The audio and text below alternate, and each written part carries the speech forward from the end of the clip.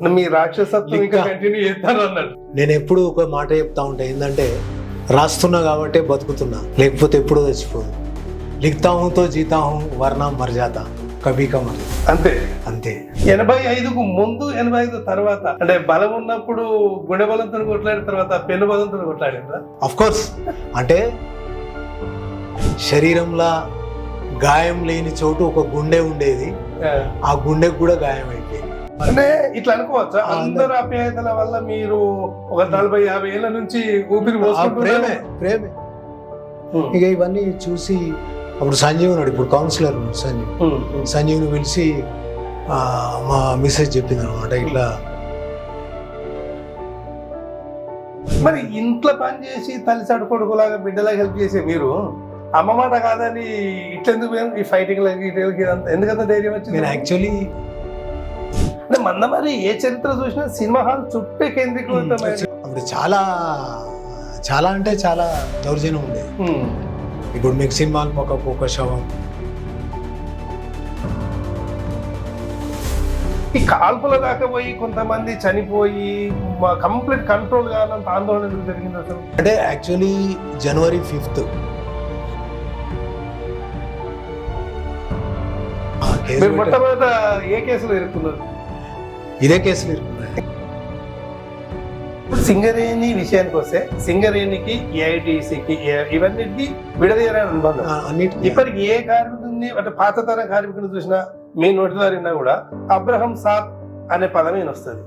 సింగరేణిలో అంటే మందమారి పోరాటం విషయానికి వస్తే ఆ సార్ లేనిది అసలు అక్కడ చెప్పలేని పరిస్థితి.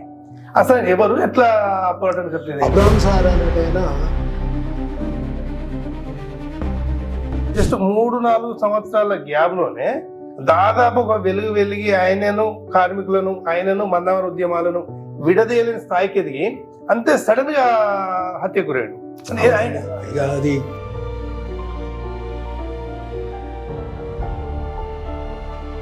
ఇంత ఇది ఉన్న వాళ్ళు మీరు అంటే జ్ఞానము అవగాహన అన్నీ ఉండి పోరాటాల మీద ఉంది, హత్య నేరం అందులో ఎందుకు ఇరుక్కున్నారు అసలు? అంటే ఒక చరిత్ర సృష్టించే సంఘటనలు చేసి 1000-2000 మంది అహు మునీరు మన కోసం కష్టపడ్డాడు, మన కోసం ఇది చేసిన స్థాయి నుంచి మీరు సడన్ ఇంత పక్క జరిగి సాత్వికంగా ఎట్లా మారారు? అంటే మామూలు సినిమాలలో చూపించినట్టు కత్తి గొడ్డలో పట్టుకుని అట్నే పోవాలి కదా. అది సినిమా, ఇది జీవితం. చైర్మన్లు కూడా వెంకటస్వామి లేదా కేసీఆర్ లాంటి కాక వాళ్ళ చేతుల్లో ఉన్నప్పుడు సింగరేణి, అప్పుడు మీకు అంత పరిచయాలు ఉండి కూడా మీరు అంత ఒత్తిడికి గురైందా? చాలా ఒత్తిడికి గురైంది. కేసీఆర్ మిమ్మల్ని పిలిచి ఎమ్మెల్యే టికెట్ అంటే ఎమ్మెల్యేకు నేను ఆలోచిస్తున్నామంటే కూడా ఎందుకంటే నందయ్య అనే ఒక డెత్ కు సంబంధించి ఇన్సిడెంట్, అందులో దాదాపు మీకు రైల్వే పోలీసులతో పాటు స్టేట్ పోలీసు కూడా మిమ్మల్ని అటాక్ చేయడానికి టార్గెట్ చేశారు. ఏంటి అసలు టార్గెట్ చేశారు అంటే ఏంటంటే ఈ క్రమంలో అంటే మీరు ఒకలాంటి మామూలు జీవితం గడుపుతున్నప్పుడు పోలీసులు మిమ్మల్ని కిడ్నాప్ చేశారు, మీకు తెలియదు.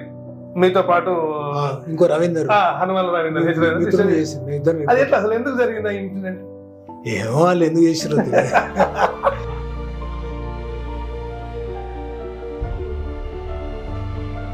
ఇది ఇన్సైడర్ ప్రోగ్రామ్ సార్, మొత్తం ఓపెన్ గా చెప్పాలి మీరు.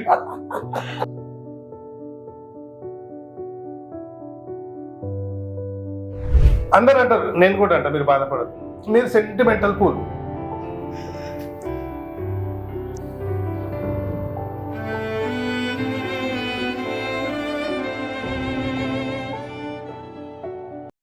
నా హిందూ నా ముసల్మాన్,